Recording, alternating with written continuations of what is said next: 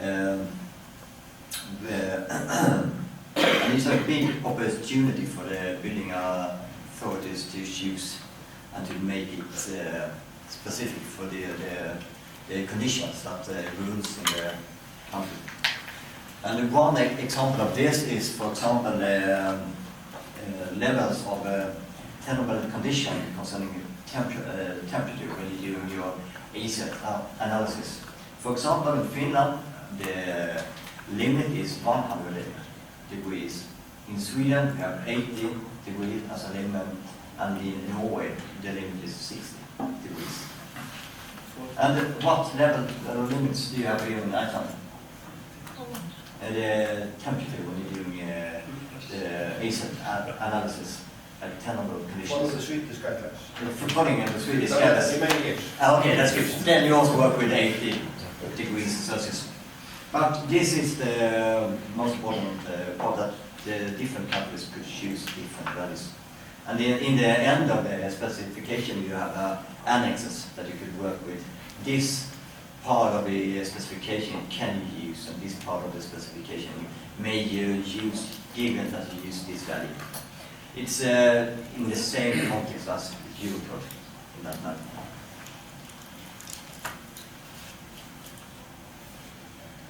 Well, when can you use the specification? I think it's very important to know.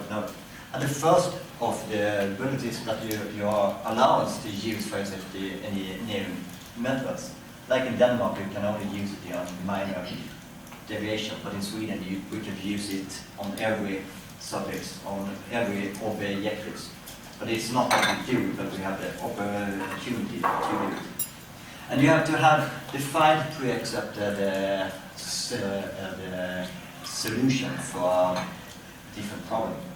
Otherwise, you can't make a comparative approach. And it has to be a deviation from the pre-accepted solutions, because otherwise you just work with a pre-accepted solution. And you have to have lack of absolute criteria to benchmark against. And like, I'm an engineer and I like to see things in a flowchart. So I could give us, it looks like this. But you have the problem, you have to define the problem and your scope. And you have to ask yourself, are there a pre-accepted solution for the building? Yes or no? In Sweden, we have this no. We have some high-risk buildings. With, it could be like if you're building over 16 floors, or you're building underground, then we don't have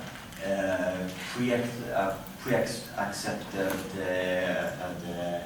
solutions for these kind of buildings. Then you have to work with fire safety engineering.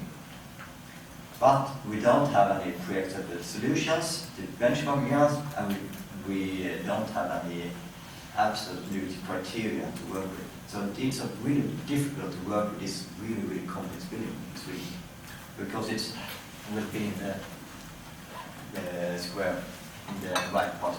But if there are pre-accepted solutions, well, then you ask yourself, do I meet the pre-accepted solution? Yes or no? Yes. Well, no problem. It's good. Let's go. Up now, then you have to go with this technical specification. And the process. As I told you before, I'm a really big fan of processes to understand how to do things. And the guide, the technical specification will give you 7 main parts to follow. Now, see if I change the scale of this.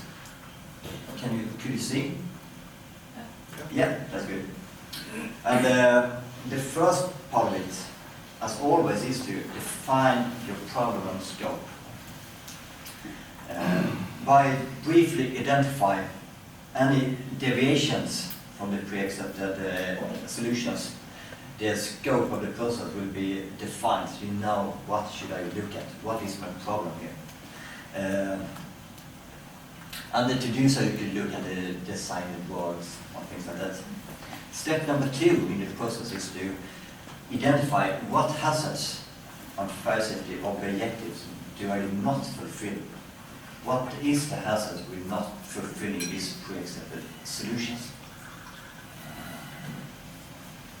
And to do so, the building regulations will help you a lot, because you could have this consequence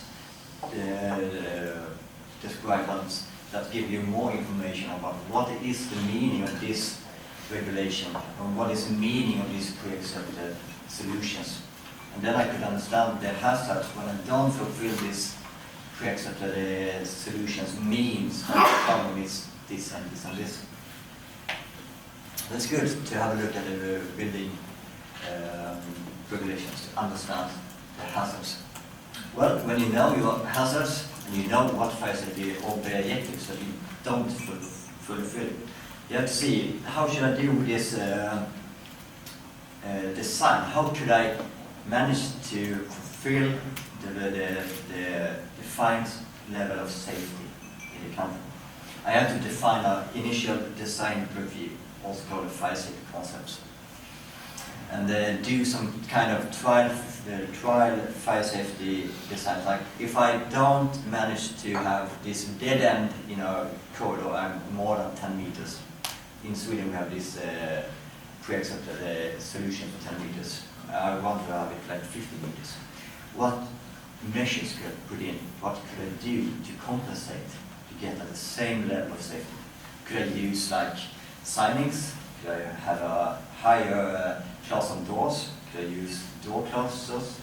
Door closers on the doors between the fire compartment and the corridor. What kind of measures could I put in and to define my trial fire safety design? Well, when I've done that one, I have to choose my verification approach. Like I told you before, it's about to see, could I use absolute criteria, or do I need to go for the comparative part? And when I've done that, it's time to verify the fire safety concept. And as I told you before, the concept doesn't change if it's an absolute criteria or it's a comparative approach. But you have to analyze your problem. And the concept of doing this is that you have three main analysis forms. You have this qualitative analysis. You have a kind of deterministic analysis, but you work with this scenario-based. And you have this probabilistic approach, risk assessment. And you have to choose according to what is the problem, what is the things that I don't fulfill with the pre-accepted solutions. Different kind of analysis could be used to solve the problem. And if there are minor deviations, then you perhaps could go with the qualitative approach analysis. But if it's a big deviation, then you have to work with a probabilistic part of analysis. And when you're choosing your analysis and done all your analysis, like calculating the exit assets time and things like that, then you have to see how much uncertainty have I put into my analysis. Is it okay or not with all these uncertainties? And when you have seen that it's okay, then you have to see, is the design okay or not? The fire safety, the trial fire safety design that I came up with, is it good enough? Do I really fulfill the level of safety that my society gives me? And if the answer is yes, well, fine, let's go. But no, then you have to go back to the initial design review, define a new trial fire safety design, add some measures maybe, and do the process all again. Well, I will show you how to do it from the designer's perspective, and give you some way of how to handle this comparative approach. For example, in Sweden, we have this regulation that when I have an evacuation route, a corridor. I'm not allowed to have a dead end longer than 10 meters by pre-accepted solutions. But we have performance-based criteria that allows me to do it in another way. And for example, if we have a building like this, a 5-story building with a residential building, we have a corridor that is about 30 meters long. We have 10 apartments in connection to this corridor, and we only got one staircase. In Sweden, you can work with you always need 2 evacuations routes, but you could use a window if the rescue service are close enough and have the equipment that you need to use the windows as a evacuation route. I think it's the same in Iceland. And you can use your staircase. So, in my case, I've had this dead end 50 meters, and I've got 10 apartments. So to define my problem, I look at the Swedish building regulations that tells me now the pre-accepted solutions now begins with 10 meters in the dead end. And so the proposed design deviates from the pre-accepted solutions in terms of the walking distance in the evacuation route. And well, then I have to do something about it to ensure that the fire safety level is at an acceptable level. So what can I do then?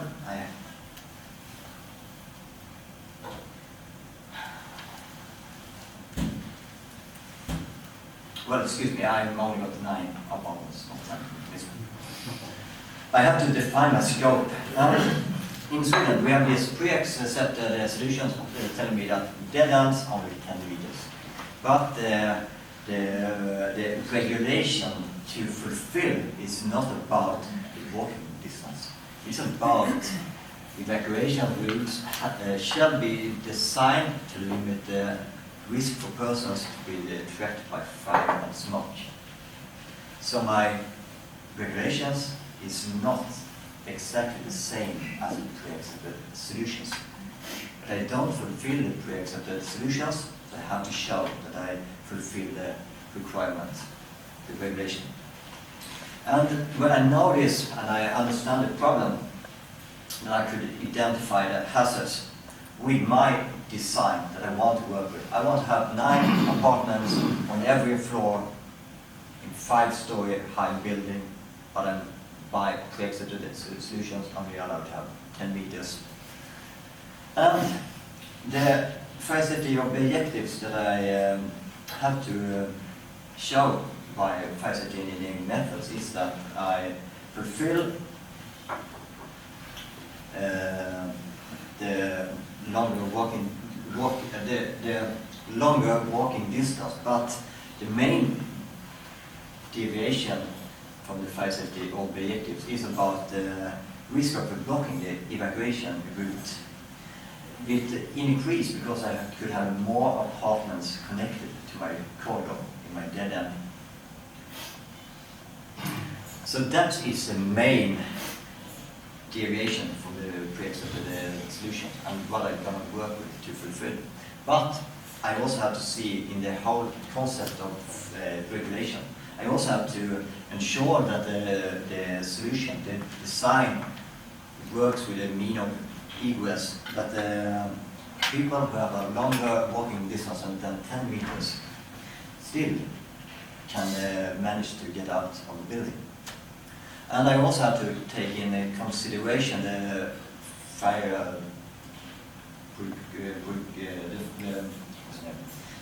the rescue teams, that they could manage to get into the building and have not too long access road to manage to put out a fire. I have to be sure that I fulfill this requirement as well, even if the first pre-accepted solution that I didn't fulfill was this 10 meters. But then I have hazards that I have to highlight and work with. that is risking of blocking the evacuation route, ensure that the egress is short enough, and the safety of the rescue services. And when I have identified my hazards, then I can work out some kind of initial design review. What can I do to compensate for these deviations? And for the example, I could work with different kind of aspects. And often you work with technical measures. You add something extra. But it's also possible to work with another kind of design of your building. But in this case, we know risk of blocking is depending on the probability for fire and smoke to go out and block the corridor. And because to work with this one, the strategy is to compensate with increased doors. We have a higher fire class than is the minimum level in Sweden. In Sweden, it's okay to work with doors with fire class E30 from compartments, from residential buildings to an evacuation route. And we don't need to have door closers on the doors. So I added this measure as well to see if I could manage to have 50 meters. But I also want to do it easier for the person to evacuate in the case of a fire. Then I work with some signs and emergency lighting to do it easier for the evacuation people to know where to go. When I go out in my corridor, and I know where to find my stair. Otherwise I could walk like 50 meters, miss the stair and walk 50 meters again, and then I have to go back. So to work with that, fire safety objectives, I work with signings. And I also have to ensure that the maximum distance within the floor is less than 50 meters to ensure that the fire safety and the rescue services is safe. And this 50 meters is a recommendation from the Swedish rescue services, not from the building authorities. So I have to look at different kind of rules as well when I do this. But for this building, I think maybe these extra measures will compensate for the aviation from the pre-existing solutions. Well, when I've defined my initial design review, I know my fire safety concept to work with. And then I have to show the verification approach. Yes, of course, I'm going to go with comparative analysis because I don't have any absolute criteria concerning the risk of blocking the evacuation route or the time to evacuate or how to work with the rescue services. And the comparative approach could be performed on different levels. Well, you could work with individual objectives like walking distance, but you could also work with a set of objectives like the walking distance and the risk of blocking my corridor, but also the whole building. But when I'm doing this comparative analysis, comparative approach, the best thing is that all the things that are same in my reference building or in my actual design could be split like in a mathematical way. If they're even, then they could be taken off from the analysis. So I only work with that deviation that I don't fulfill. And then to do this, I have to define a kind of reference building, equivalent designed reference building that is fulfilled to, it's designed to fulfill all the pre-accepted solutions that I should fulfill. Otherwise I can't say that the building is have a level of safety that is in line with a societal way of seeing it. And for this example, I could work with a design that I have 10 meters in my dead end, and I only have 8 apartments. And when I have only 8 apartments, the probability of blocking the door is lower, and the consequence if my corridor is blocked is lower. So the total risk level is lower than in my actual building if I don't put in these extra measures to ensure the level of safety.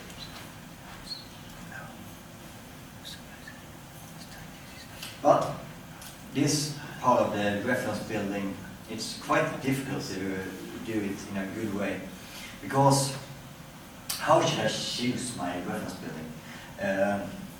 And one way to do it that we have specified in the technical specification is to work with a, it should be like equivalent to the trial building with regards of the fire safety prerequisites that is not fulfilled. But otherwise it should be as similar as possible. And as guidance, you can work with buildings with the same kind of risk class, building class. Like in Sweden, we have 4 different building classes. How do you have here in Iceland? Is it? No, pretty much. No, you don't have this. No, okay. No. But it should also. We use classes though. You use classes, but it's not be the focus on the risk. No. No. Okay. But in Sweden, we have 4. And like this one, it's the same building class, 3 stories or 13 stories. So I could use this if I want to do reference building equivalent, but we hope to do it in a good way instead. And you can also work with the same kind of occupancy in the building, but you can choose the occupancy like from Hong Kong, the world biggest occupancy house, the residential building, or like the Swedish traditional house. It's the same occupancy.